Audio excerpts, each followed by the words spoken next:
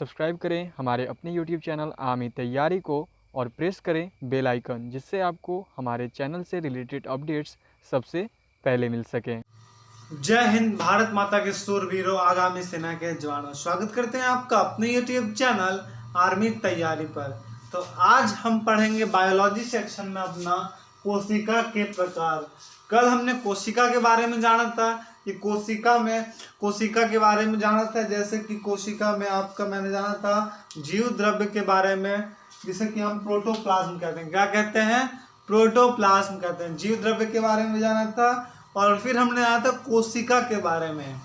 तो ठीक उसी तरह आज हम जानेंगे कोशिका के प्रकार के बारे में, कोशिका के कितने प्रकार होते हैं वगैरह वगैरह। ठीक है, हम उसी तरह जानेंगे आज।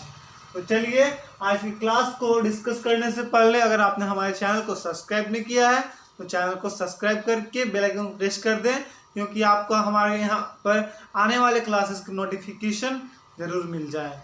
तो चलिए आज की क्लास को हम स्टार्ट करते हैं बायोलॉजी के साथ। अभी दोपहर के 2 बज रहे हैं और आप जानते हैं कि क्लासेस चलते हैं 2 बजे बायोलॉजी के।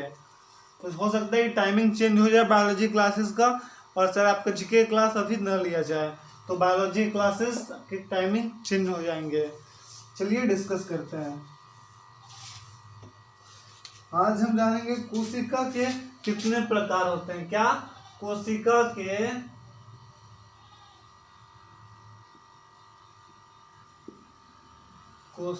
के 2 प्रकार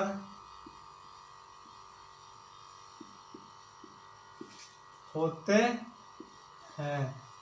ठीक है, कोशिका के कितने प्रकार होते हैं? कोशिका के 2 प्रकार होते हैं। अब वो कौन कौन से प्रकार है भाई? तो वो प्रकार है आपका, पहला है प्रोकार्योटिक।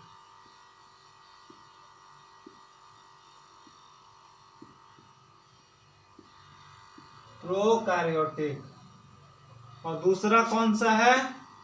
दूसरा है यूकैरियोटिक।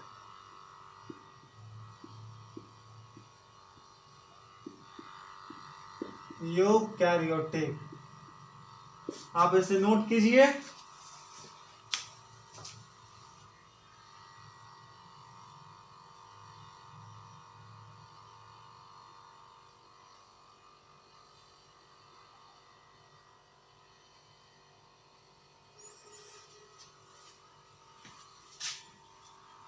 प्रोकैरियोटिक कोशिका के 2 प्रकार होते हैं, प्रोकैरियोटिक और यूकैरियोटिक।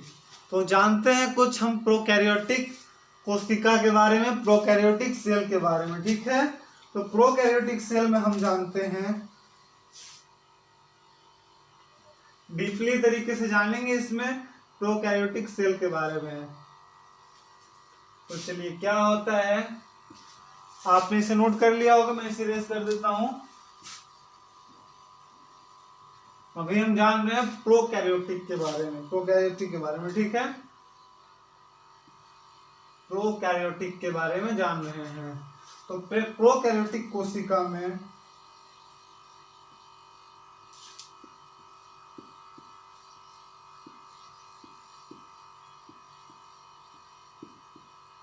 इन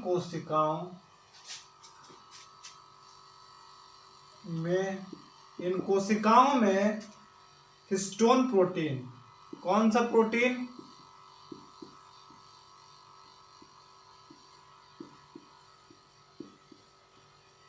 इन कोशिकाओं में हिस्टोन प्रोटीन नहीं होता है।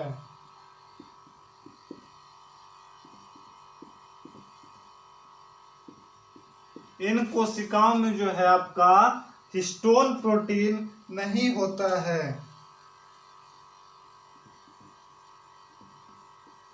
जिनके कारण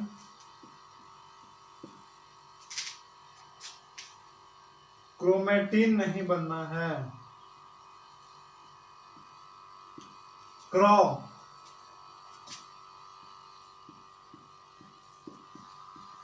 क्रोमेटिन, कौन सी चीज? क्रोमेटिन नहीं बन पाता है।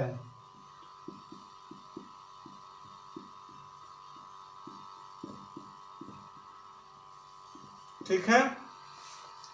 इन कोशिकाओं में हिस्टोन प्रोटीन नहीं होता है, जिनके कारण क्रोमेटिन नहीं बन पाता। आप इसे नोट करते चलेंगे। अब आगे देखते हैं।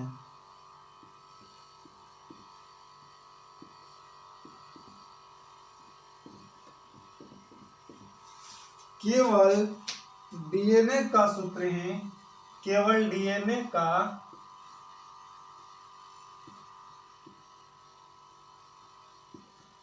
केवल डीएनए का सूत्र ही गुणसूत्र के रूप में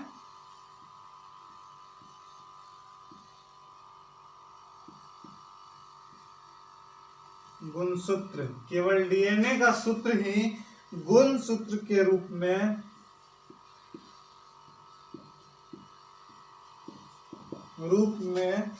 पड़ा रहता है।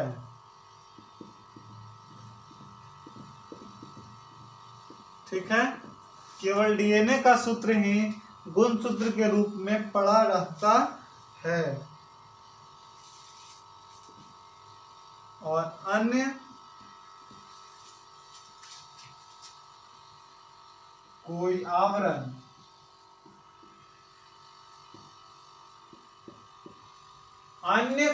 आवरण इसे घेरे नहीं रहता है। अन्य कोई आवरण इसे घेरे नहीं रहता है। ठीक है, देख लेते हैं आपका प्रोकैरियोटिक में क्या होता है। इन कोशिकाओं में हिस्टोन प्रोटीन नहीं होता है। आप नोट कर लेंगे, नर्सिंग असिस्टेंट के बच्चे और भी बच्चे नोट कर लेंगे कि इन कोशिकाओं में हिस्टोन प्रोटीन नहीं होता है। कौन सा प्रोटीन नहीं होता है? हिस्टोन प्रोटीन नहीं होता है। आपसे पूछा जा सकता है, जी हाँ, कि किस कोशिकाओं में हिस्टोन प्रोटीन नहीं होता है। आप मजाक में नहीं लेंगे इसको, क्योंकि आपसे पूछा जा सकता है। क्लास में भी मैंने आपको बता दिया है और आपसे वहाँ पे आर्मी के जब आप एग्जाम दोगे, आप रनिंग वगैरह निकाल लोगे, तो आपसे पूछा जा सकता है कि हिस्टोन प्रोटीन किस कोशिका में नहीं पाया जाता है। तो वो कौन सा होगा? वो होगा प्रोकैरियोटिक कोशिका में। ठीक, किसमें? प्रोकैरियोटिक कोशिका में नहीं होता है। और आगे देखते हैं, जिसके कारण क्रोमेटिन नहीं बन पाता है। तो किसके कारण क्रोमेटिन नहीं बन पाता है? किसके कारण? तो हिस्टोन प्रोटीन के कारण जो है क्रोमेटिन नहीं बन पाता है और केवल डीएनए का सूत्र ही गुणसूत्र के रूप में पड़ा रहता है। ठीक है, और अन्य कोई आवरण इससे घिरे नहीं रहता है। तो यह आपका प्रोकैरियोटिक सेल के बारे में है। और इसके आगे देख लेते हैं हम हल्का सा। तो इसके आगे है अतः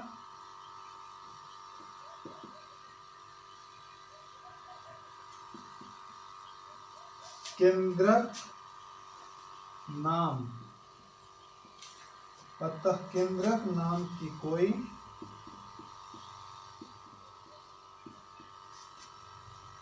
विकसित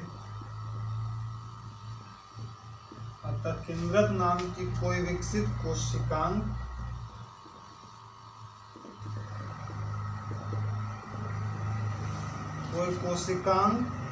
इसमें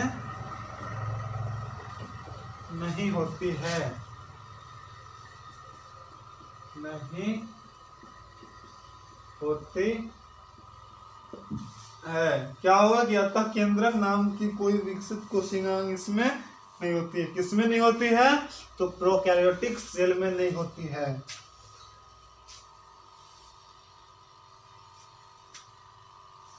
अब एक और चीज मैं बता दूं जो कि आपके लिए सबसे इंपॉर्टेंट है। वो क्या है भाई? यहाँ पे मैं रेड मार्कर से लिख देता हूं, जीवाणुओं। क्या चीज? जीवाणुओं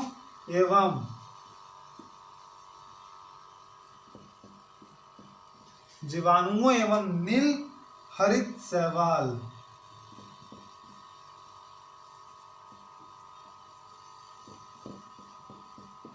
नील हरित शैवालों में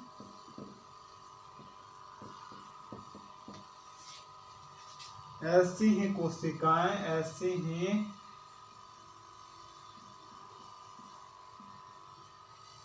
कोशिकाएं मिलती है। ठीक है,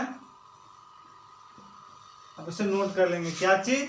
कि जीवाणुओं और नील हरित शैवालों में जो है ऐसी ही कोशिकाएं मिलती है। जीवाणु मतलब कि बैक्टीरिया में कैसी कोशिका मिलती है? तो प्रोकैरियोटिक सेल वाली कोशिका मिलती है, मतलब प्रोकैरियोटिक सेल मिलती है किसमें? जीवाणु एवं नील हरित शैवाल में। ठीक है, चलिए अब मैं इसे इरेज करूंगा और आगे देखते हैं यूकैरियोटिक के बारे में। आप बैक करके आप अपना नोट कर सकते हो, नोट करना होगा तो, क्योंकि मैं आपको यहाँ पर टाइम नहीं, बिल्कुल भी नहीं दूंगा अभी।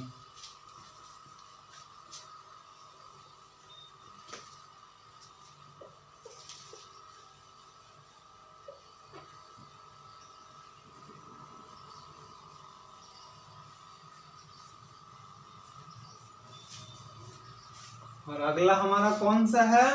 तो अगला है हमारा यूकैरियोटिक। ठीक है, अगला है यूकैरियोटिक।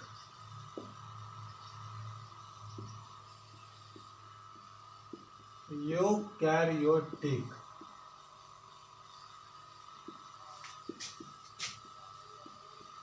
कोशिका। ठीक है, यूकैरियोटिक कोशिका है, यूकैरियोटिक सेल है हमारा अगला। तो इसमें क्या होता है? इन कोशिकाओं में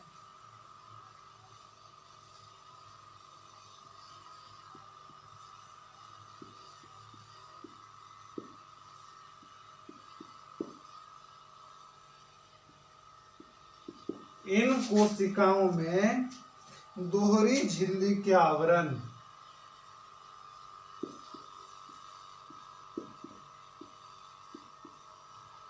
झिल्ली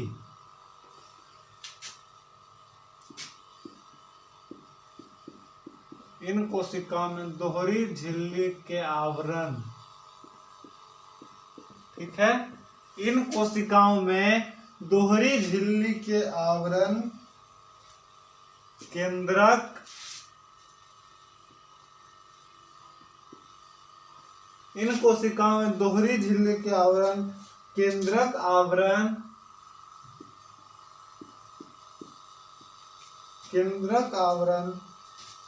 से घिरा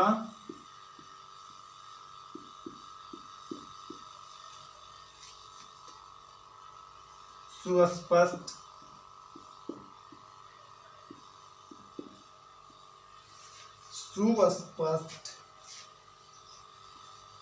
होता है। सुस्पष्ट केंद्रक, मैंने केंद्रक लिख दिया लेकिन केंद्रक होगा। ठीक है, सुस्पष्ट केंद्रक पाया जाता है या होता है, पाया जाता है।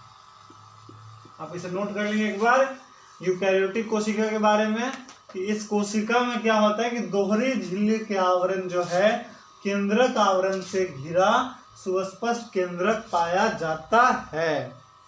ठीक है, अब आगे देख लेते हैं। इसमें आगे क्या होगा कि जिसमें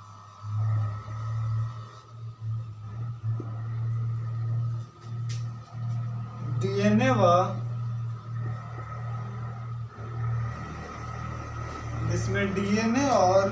हिस्टोन प्रोटीन के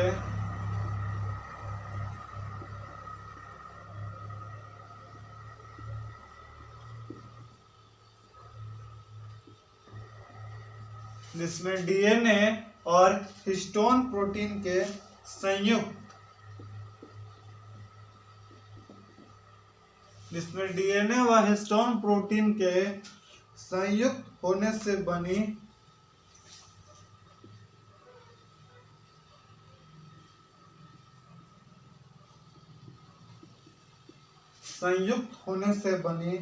क्रोमेटिन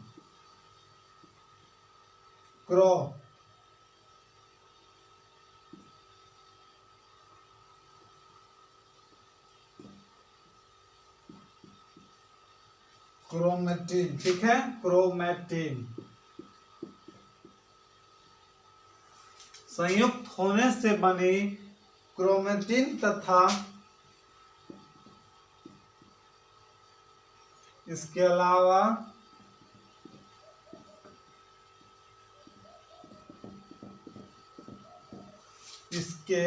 अलावा केंद्रिका होते हैं।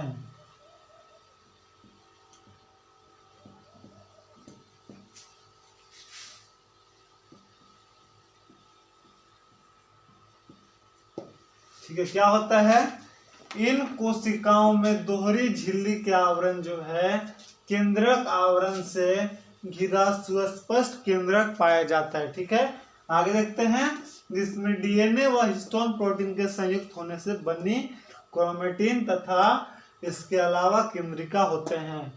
इसके जस्ट ऑपोजिट किसमें था भाई, इसके जस्ट ऑपोजिट था प्रोकैरियोटिक में, कि उसमें क्या था कि हिस्टोन प्रोटीन से नहीं बना होता। ठीक है, उसमें था कि हिस्टोन प्रोटीन नहीं होता है और जिसके कारण क्रोमेटिन नहीं बन पाता है।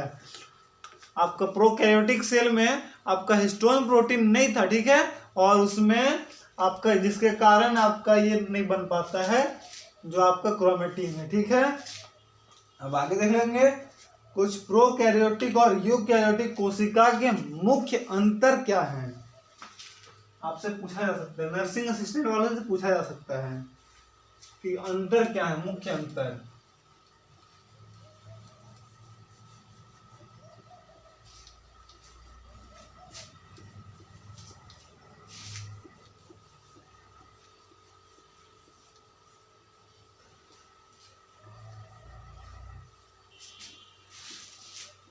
मुख्य अंतर पूछा जाएगा, क्या पूछा जाएगा, मुख्य अंतर पूछा जाएगा।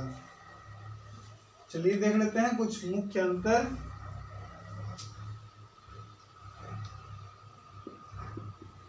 मुख्य अंतर किस किस के बीच में, तो प्रोकैरियोटिक और यूकैरियोटिक के बीच में। यहां विशेषता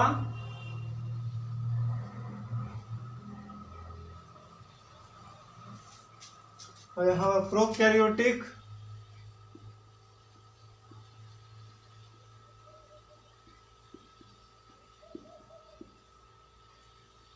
और यहाँ पर यूकैरियोटिक।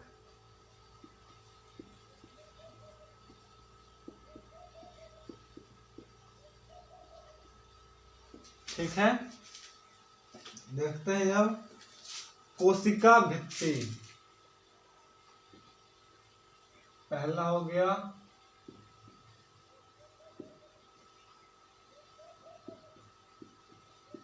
कोशिका भित्ति। अब कोशिका भित्ति में प्रोकैरियोटिक और यूकैरियोटिक देख लेते हैं। तो प्रोटीन तथा कार्बोहाइड्रेट से बने होते हैं। किससे,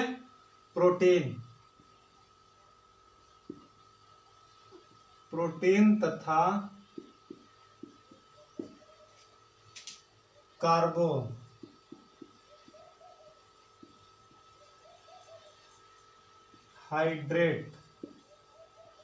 कार्बोहाइड्रेट से बनी होती है।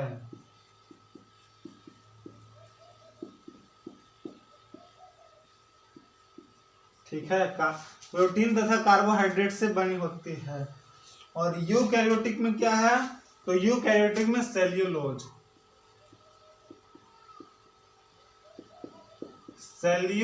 से बनी होती है,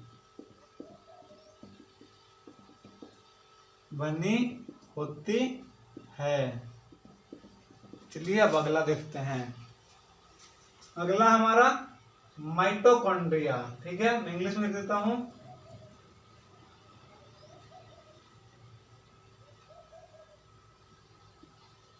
माइटोकॉन्ड्रिया। अब माइटोकॉन्ड्रिया में आपका अनुपस्थित होता है, प्रोकैरियोटिक सेल अनुपस्थित मतलब कि एब्सेंट होता है। ठीक, अनुपस्थित होता है। और यूकैरियोटिक में आपका प्रेजेंट होता है। ठीक है, एब्सेंट होता है प्रोकैरियोटिक में और यूकैरियोटिक में प्रेजेंट होता है। तीसरा देखते हैं, तीसरा में है आपका एंडोप्लाज्मिक रेटिकुलम।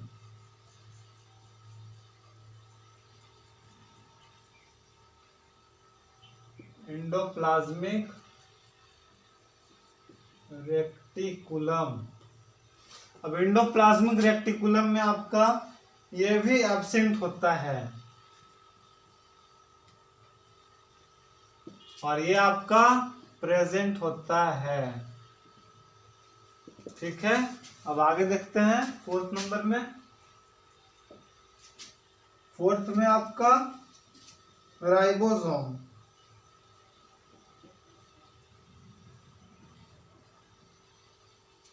अब राइबोसोम में आपका है 70 प्रकार के होते हैं। कितने प्रकार के?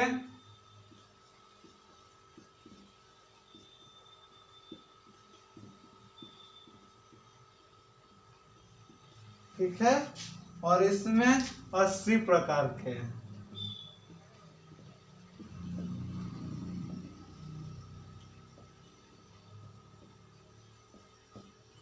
ठीक है, अब आगे देख लेते हैं फिफ्थ नंबर में।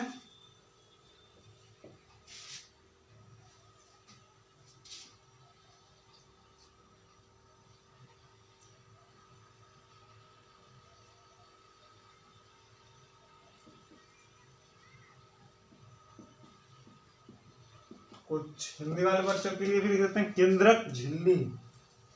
तो केंद्रक झिल्ली भी इसमें एब्सेंट होता है, अनुपस्थित। ठीक है, एब्सेंट, और इसमें प्रेजेंट होता है। अब लाइसोसोम, आप लोग लाइसोसोम जानते होंगे। लाइसोसोम, अब लाइसोसोम भी आपका एब्सेंट होता है। किसमें एब्सेंट होता है भाई?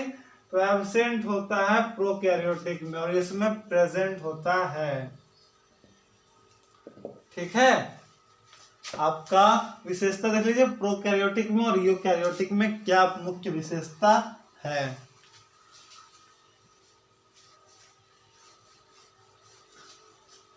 इसमें आपका है कोशिका भित्ति। विशेषता क्या है प्रोकैरियोटिक और यूकैरियोटिक में?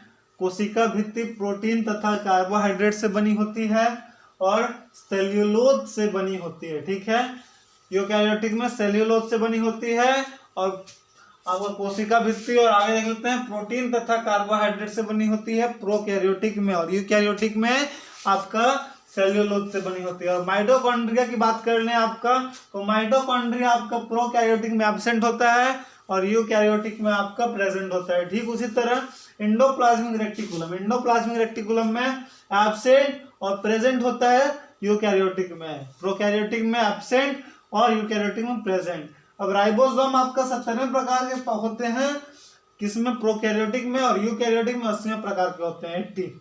ओके, और केंद्रक झिल्ली जिसकी मुख्य आपका झिल्ली, ठीक है, मुख्य झिल्ली केंद्र जो आपका बीच में होता है। ठीक है, केंद्रक झिल्ली एब्सेंट और प्रेजेंट आपका यूकैरियोटिक में एब्सेंट है, प्रोकैरियोटिक में। ठीक उसी तरह लाइसोसोम की बात कर लें तो लाइसोसोम में आपको प्रोकैरियोटिक में एब्सेंट होता है लाइसोसोम, और यूकैरियोटिक सेल में प्रेजेंट होता है। ज्यादातर प्रोकैरियोटिक में ज्यादातर एब्सेंट होते हैं। किसमें? प्रोकैरियोटिक सेल में ज्यादातर एब्सेंट होते हैं और यूकैरियोटिक में आपका प्रेजेंट होते हैं बहुत ज्यादा में। ठीक है, कोशिका भित्ति माइटोकॉन्ड्रिया हो गया, एंडोप्लाज्मिक रेटिकुलम हो गया, राइबोसोम हो गया, मुख्य केंद्रक हो गया, एपिसेंटर केंद्रक झिल्ली हो गया, और लाइसोसोम हो गया। ठीक है, आपको लाइसोसोम का प्लास्टिक की थैली की तरह लगता है, लाइसोसोम। ठीक है, lysosome, ribosome, endoplasmic reticulum, mitochondria, कोशिका भित्ति, सेल वॉल, ये इसको इंग्लिश में कहते हैं सेल वॉल। ठीक है, सेल वॉल, कोशिका भित्ति, सेल वॉल कोशिका भित्ति को प्रोटीन तथा कार्बोहाइड्रेट से बनी होती है प्रोकैरियोटिक में, यूकैरियोटिक में सेल्यूलोज से बनी होती है। तो आज का बायोलॉजी का क्लास में हमने डिस्कस कर लिया इतना। अब हम अगले क्लास में मिलते हैं, तब तक के लिए जय हिंद।